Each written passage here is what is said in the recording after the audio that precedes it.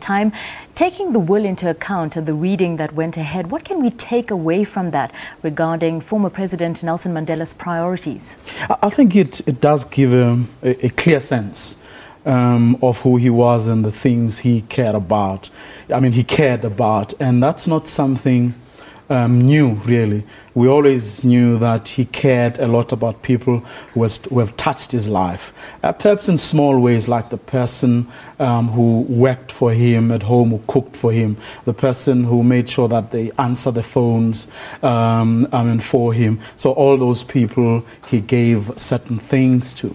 And but also it gives you a bit of a hierarchy, if you like, because the grandchildren, he made sure that he cared for, he gave something to all of them, but including, which is a bit of an interesting thing, which is to give also to the children of Graça Machel, who were not necessarily, his own offspring or children of his own children.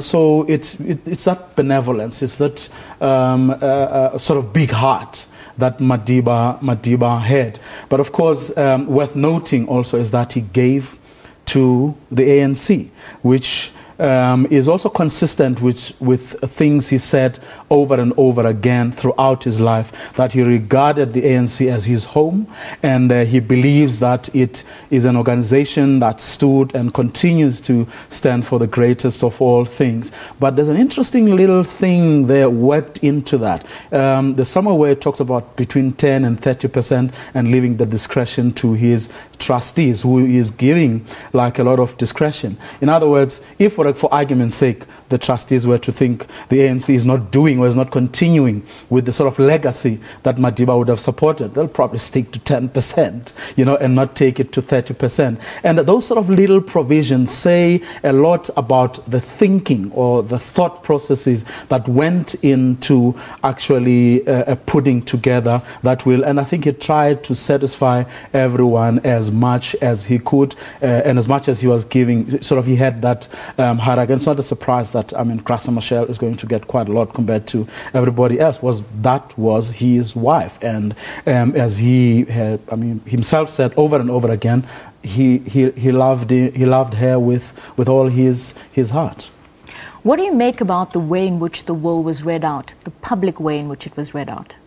Well, I think they had as Judge Moseneke alluded to this right at the beginning, that it was because of an overwhelming sort of public interest that they went public with what was supposed to be a private matter. But I think also strategically, it would have led to all sorts of speculation, considering the things that have been happening, especially in the last year. You remember, the trustees were taken to court and so on. So I think it was to sort of make sure that everyone reads from the same script, and because these documents are going to be put online, so that whoever wants to verify or check for themselves, they can just do so because these documents are available. I think it was that openness was to make sure that there are no comebacks, so to speak. Let's just bring that point into focus. Are we going to see then an end to the feuding that we saw last year with Makaziwe taking trustees to court? Well, hopefully, because everybody agrees, including the people who took the trustees to court, Makaziwe Mandela in particular, and the rest of them,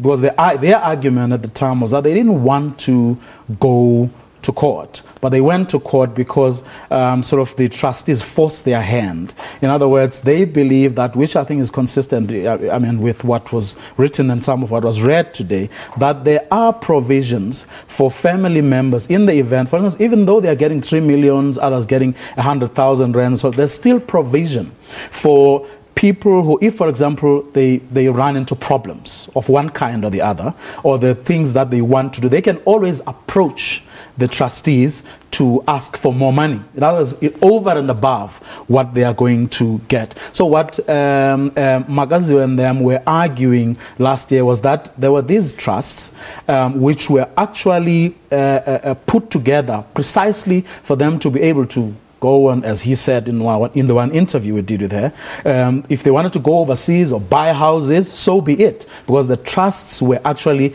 created for that. And I think, I mean, that also like came through, and that's what's going to happen, even beyond the amounts of money that they are going to get now. So I think by and large he tried as much as he could to satisfy everyone, but hey, people are never satisfied. I mean, you've heard of families that are very poor who would fight over curtains that are torn or that have holes in them, and they would, that wouldn't stop them from fighting. So, but hopefully that's something that won't happen. Thank you very much for your insight. That was our contributing editor, Vuyo Mvoko.